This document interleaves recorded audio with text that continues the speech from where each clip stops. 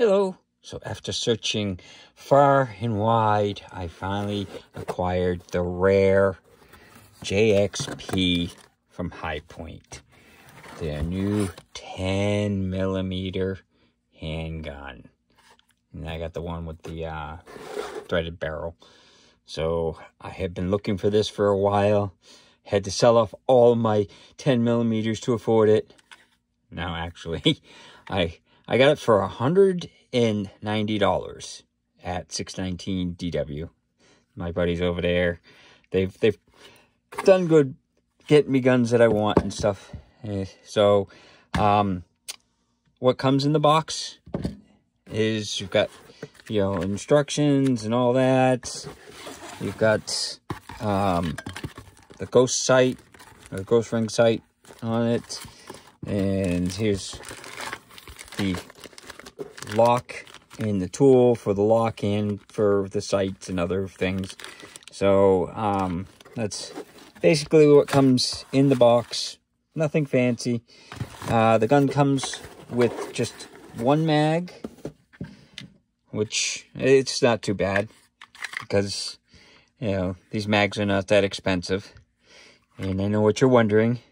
Does it shoot 9 rounds or 10 rounds? Well, considering this is the most powerful Hi-Point out there, it doesn't really matter because it'll take your head clean off if you shoot them. So, but it is a 10-round mag, as you can see. So, let's get the basics underway. So, with the mag empty, you're looking at 49.1 ounces, which compared to the old versions, this is a 40, it's 44.6 ounces. So it's a little bit chunkier, but with the 10mm, you probably could use the extra weight. So let's get the trigger pull. Make sure it's empty.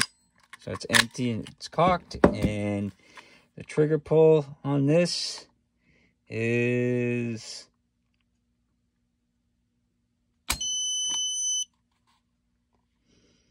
okay. I don't know if it went over or not. So that's it says 11.15 pounds.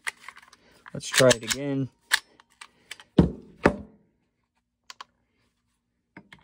Because it could be the way it, yeah, that I was probably had in a weird spot. So it was 8 pounds, 8 ounces.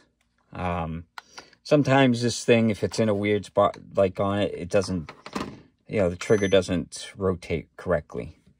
So, because I was going to say, it doesn't feel like 12 pounds. So, they did a good job on the new gun. So, let's compare it to the old one so you can kind of get an idea. So this is the 40 Smith & Wesson model. They're basically the same. Matter of fact, this mag will work in this gun. The 10mm mags work in the 40 Smith & Wesson. And vice versa, but you really shouldn't be firing 40 Smith & Wessons through a 10mm. It'll work, but the head spacing's different. So they tell you not to do that because you'll break the extractor. But some of the big differences is you can see the slide has got a different shape to it, and it's actually a little taller. If you look at it with the thing, it's a little taller, but it's got the chamfer there. So the mass on the slide is probably really similar. It's got a full pick rail now instead of just this little tiny, like pick thing, which I don't even think was a standard. The trigger feels the same, but it's got the front and rear slide serrations. The styling is a little bit better. One of the big improvements is the texturing. So this was kind of really smooth, and I'm glad they did this because 10mm got a little bit more heft to it, so I don't think you'd be able to hold on with that texturing because it's real smooth. It's barely there. This is more aggressive, and it looks nicer, and it feels nicer. It's pretty much the same for the other stuff. It's got the safety there, trigger, mag release, You can lock this slide back for cleaning by doing that, or for taking it apart. So you would take it apart with the pin that's right there. So it's a little bit of a pain because you have to take a punch, pop it out, and then, you know, after you pop that out, like I said, this is not a slide release either. So then you would pull the thing back a little bit and up, and then this comes out, and you'd have to hold on to that. So I'm not going to do that because it's really a pain to do. So, but those are the differences. Other than that, you know, it's pretty much like the old 45s and 40s. And I was kind of excited to see this because I love the 10mm round, and they didn't announce it or anything. They just came out with it, and, you know, kind of caught everybody off guard. And, you know, for $190 to have a 10mm, you know, you can throw that in your truck, and who cares if it gets banged around or whatever. I mean, it's great for, like, you know, deer hunting, because you can hunt with a 10mm, you know, handgun and, you know, rifle and stuff. I mean, that's why I got the 10mm carbine, is because you can hunt with it. So it's great, and this takes the same mags and stuff. It does have a mag safety, so if you pop, you can't, you know, fire it, and then you can if the mag's in there. You can disable it pretty easy if you don't like it. There's just a little transfer bar. You take that off, and you can get rid of the transfer bar. Not that I'm telling you to do that, but it's something that a lot of people don't like it because it causes failures and stuff like that.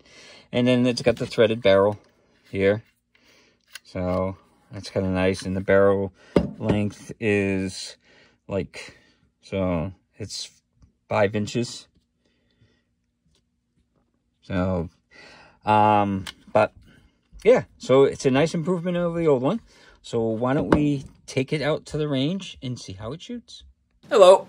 So today we're out with a new gun. This is the Hi-Point 10mm, the JXP 10mm. I just picked it up. I've been wanting it for a while. I know people are going to be laughing. It's like, why would you want that? Well, I do want it. So these are the first shots out of it. So let's see how it does.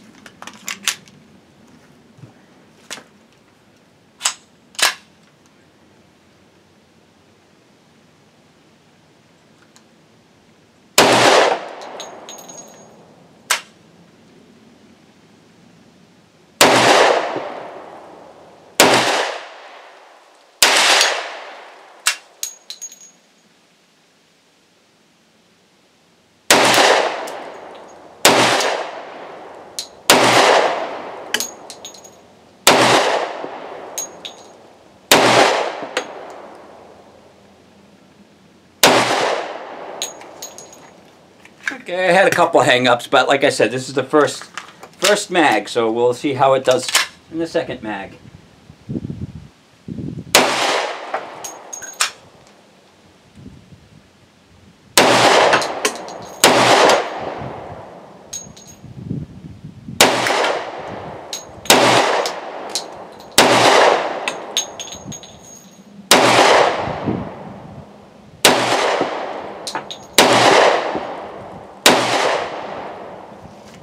Not too bad. Like I said, these are the first rounds out of it, so to get a couple hang-ups, it's kind of expected. I haven't polished a ramp or anything like that, but again, this is the Hi-Point JXP 10mm. So out at the range, I was at 10 yards, and I put a couple mags through it, and obviously I was shooting a little high and to the left.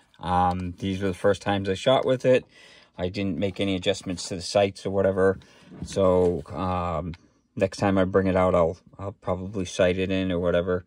It's got pretty nice sights. It's got the red in the back and the yellow in the front, which is kind of what they did on the old ones. It's probably similar or the same sight. So, Like I said, I didn't make any adjustments. They look a little bit different though. The screw, you got some mountain screws that's different. Now these, I know you can get a little pick rail that you pull this off and you put a pick rail on, so you can put a red dot on there, which is something that I may get the pick rail because I think it's kind of a nice idea, and then maybe put a inexpensive red dot on it. But the trigger pull is okay. It's not like too gritty, so it felt fine. You know, it's not a super like good trigger. It's not like a Walther trigger or anything like that, but it works okay. So I didn't have any problems because of the trigger for accuracy. That, you know, all that problem was me. I did have a few hang-ups where it went halfway into battery, so I pulled it right out of the box and just didn't clean it, didn't lube it, didn't do nothing, just open fired. And you know, I put a couple mags through. By the third mag, I didn't have any hang-ups. So I'm sure if I polish the feed ramp or, you know, little things like that, or just usage, it'll wear itself in. You know, some guns need a little bit of a break-in. But yeah, I was excited to get it.